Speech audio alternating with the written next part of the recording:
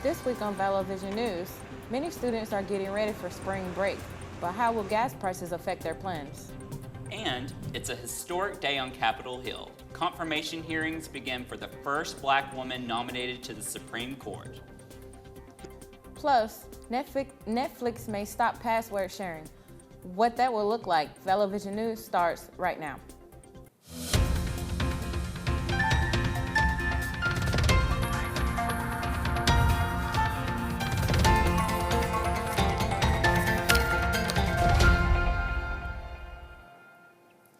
Hello, and welcome to Vallo Vision News. I'm Janisha Banks. And I'm Jonathan Weed. Thanks so much for watching. With COVID-19 cases on a sharp decline and restrictions going away, many Alabamians are taking their first spring break getaway in years. But just as folks are preparing to hit the road next week, gas prices have some students hitting the brakes on their spring break plans. According to AAA, the national average for a gallon of regular gas is $4.25. That's down 7 cents from last week. The average in Alabama is $4.04. And here in Shelby County, drivers are paying an average of $4.03 a gallon. The high gas prices are affecting many students' spring break plans. Well, we were originally supposed to go down to Savannah and really see all the historical sites there, but once I got to the gas pump, I really had to recalculate those plans. Well, I know a lot of my colleagues were supposed to go down to the beach, but most of them have either had to cut their trip short or cut their trips altogether. So I really just canceled like all of my spring break plans just to go see my family, and it's just been really, really bad on my gas tanks. Before leaving for spring break, there are some important things for students living on campus to know. Residence halls will be closing on the 25th by 5 p.m. Only Brooke, Peck, and Ludd will remain open. Halls will reopen on Sunday, April 3rd at 2 p.m. Residents must be checked out within on-duty RA or RHD and complete the list on your screen before leaving. You can find the full list in your hall. Have a great spring break and be safe. An historic day on Capitol Hill as President Joe Biden looks to put the first African-American woman to the Supreme Court. If confirmed, Ketanji Brown Jackson would fill the seat vacated by retiring Supreme Court Justice Stephen Breyer. Chris Wynn reports from Capitol Hill. Ketanji Brown Jackson in the hot seat for the first day of confirmation hearings before the Senate Judiciary Committee. This hearing of the Senate Judiciary Committee will come to order.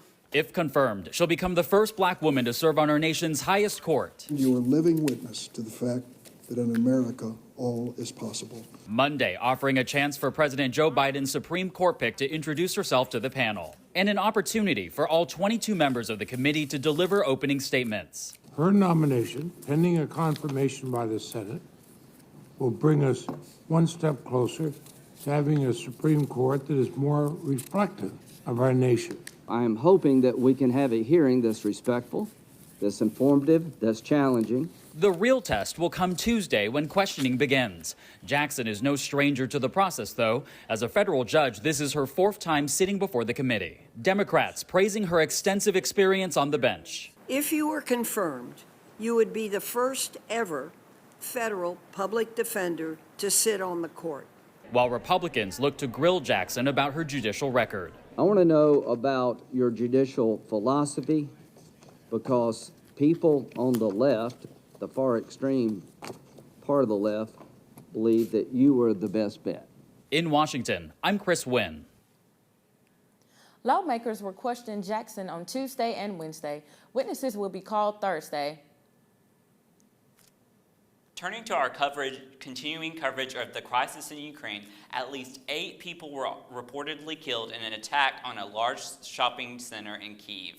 Fred is here with the latest.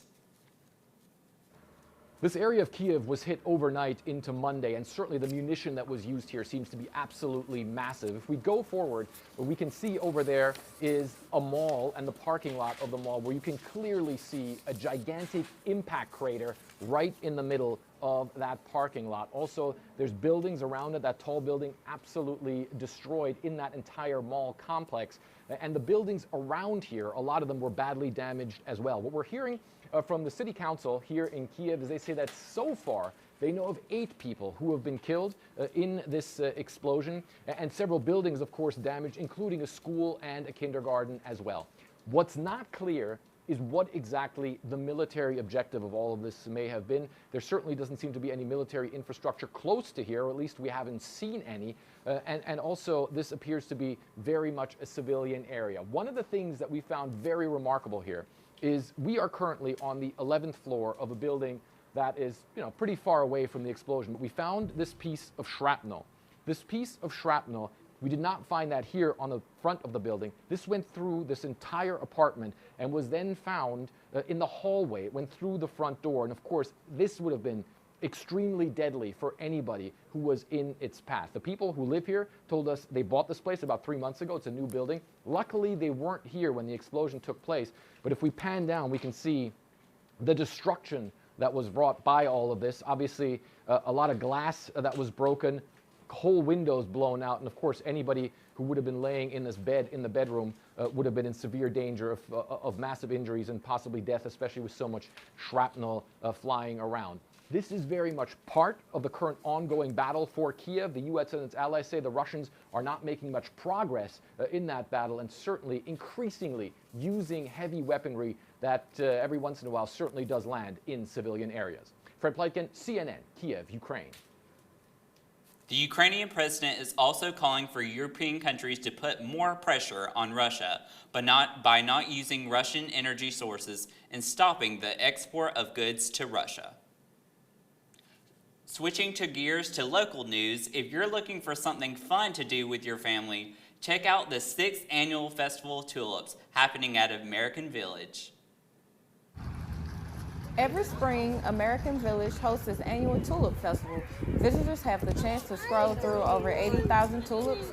On weekdays, visitors can also tour the other attractions at American Village Festival. Worker Angela Tillman says there are a variety of tulips blooming this year. Weather and how the tulips have bloomed. There are early bloomers, mid bloomers, and late bloomers to keep the season longer. The Festival of Tulips open Monday through Saturday, 10 a.m. to 4 p.m., and Sundays from 12 noon to 4 p.m. Montevallo alumni Beth Chapman spoke to students last Thursday about life lessons after college and how Montevallo impacted her life after graduation. Chapman was joined by Department of Communication Chair Dr. Sherry Ford for a moderate discussion to kick off the Communication Studies Speaker Series. So if it were not for this university, there is no way I would be at the level of success or happiness or joy.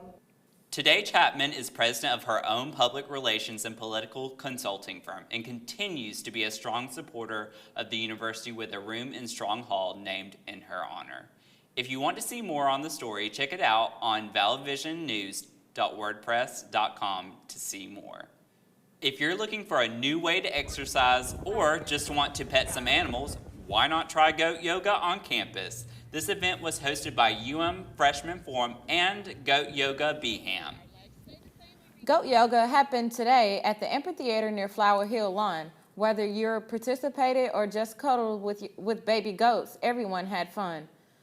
Remember, there's always more news 24/7 on our social media pages. Just search for Vallo Vision News on Facebook, Twitter, and Instagram for more stories throughout the week.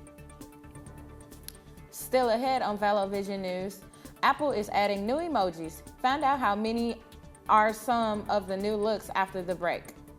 We'll be right back. Create your future as a social media manager, filmmaker, journalist, and so much more with a degree in communication studies and mass communication. Visit montevallo.edu/COFA for more information. You belong at Montevallo. Welcome back to Vallo Vision News. Los Angeles authorities are looking for the person who crashed a rental Tesla and fled the scene. Check this out. The Tesla went airborne and crashed into a pair of parked cars and a couple of trash cans. The driver then abandoned the car. A video of the incident was shared by police on YouTube. Police say they've received dozens of tips and no longer need the public's help.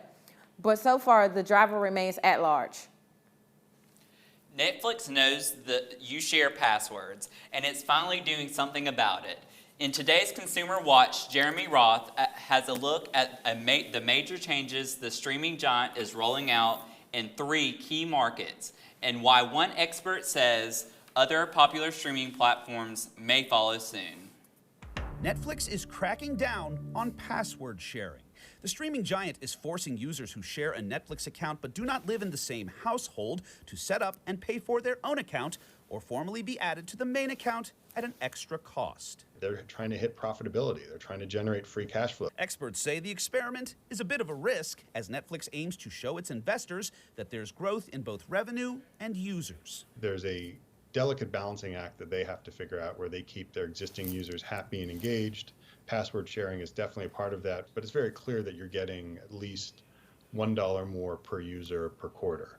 And with 220 million users around the world, that could end up being substantial revenue on a monthly basis. So far, the test feature is only being rolled out in Chile, Costa Rica, and Peru, but news of the password crackdown landed like a bomb on Twitter, with scores of users voicing frustrations and posing questions, like how Netflix plans to deal with unique family scenarios, such as college kids on their parents' accounts. Netflix says it will see how the features work in the 3 markets before potentially rolling them out to the rest of the world, and experts say depending on user reaction, other popular streaming platforms could soon follow suit. All of them have in mind that they can probably go as high, $20 or higher, right? That over time they can just continue to escalate it, because if they do a better job serving users, then they can start charging more. For today's Consumer Watch, I'm Jeremy Roth. Netflix's stock is down 41% this year, and the company's issued a subscriber outlook in January that was weaker than expected. Experts say all those numbers have investors worried about slowing growth. Finally, this week are a person that's obsessed with the new iPhone emojis. It's a lucky day for you. Apple's latest iOS update rolled out more than 100 emojis. Some of the new updated emojis include melting face, heart hands, and nesting with eggs. The handshake emoji also now has 25 new skin tones for users.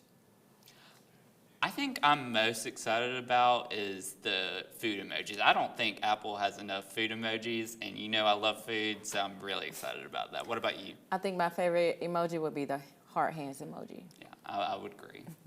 Remember, there's always more news 24/7 on our social media pages. Just search for Vallo Vision News on Facebook, Twitter, and Instagram for more stories throughout the week. That's all the time we have for today's show. Thanks for watching. We hope you have a safe and relaxing spring break.